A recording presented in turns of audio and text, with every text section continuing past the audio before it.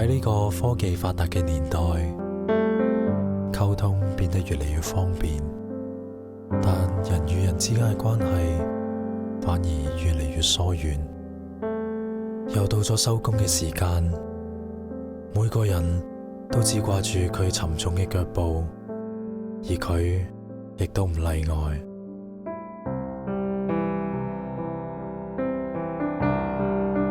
每日就好似機械人一樣，做完重複嘅工作，只有攰同更攰。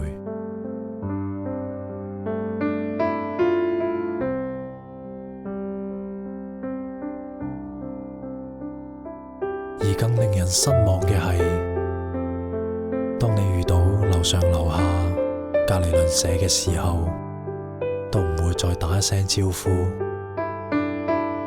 因為每個人都只顧住佢手上嗰一部所謂嘅智能手機，包括佢。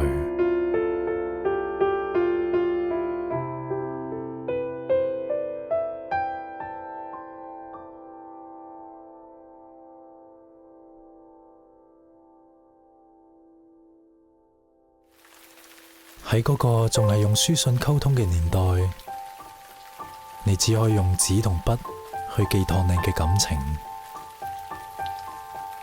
就係因為咁唔方便，所以一字一句都要諗過度過。但係亦都係因為咁樣，特別有豐富嘅感情。當你將信紙攝入信封嘅嗰一刻，你會喺度諗，對方收到呢封信嘅時候，會係點嘅感覺呢？會唔會好感動呢？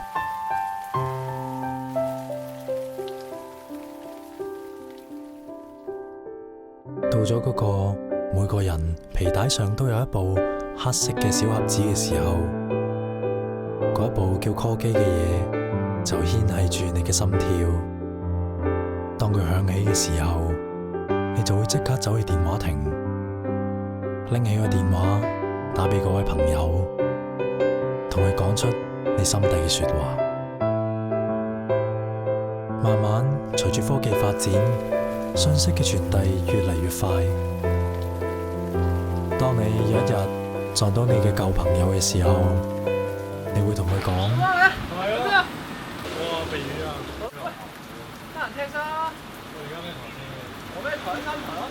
當你知道同對方同台嘅時候，你會好興奮，因為只要你哋同台，就可以無限咁樣 send 信息。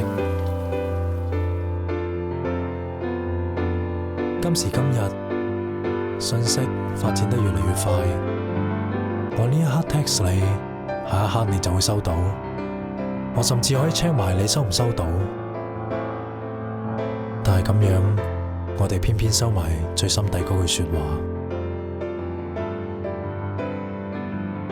所以你決定用返最簡單嘅方式，一支筆，一張紙，用一字一句去寫低你最真摯嘅心底話。你左諗右諗，終於落到筆。你會想知對方係咪同樣會俾呢封信牽繫住佢嘅心跳呢？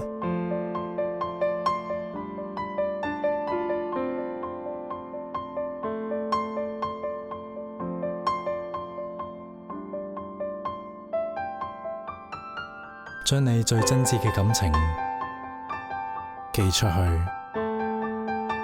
然後喺呢個繁忙嘅都市之中，靜靜咁等待對方嘅回應。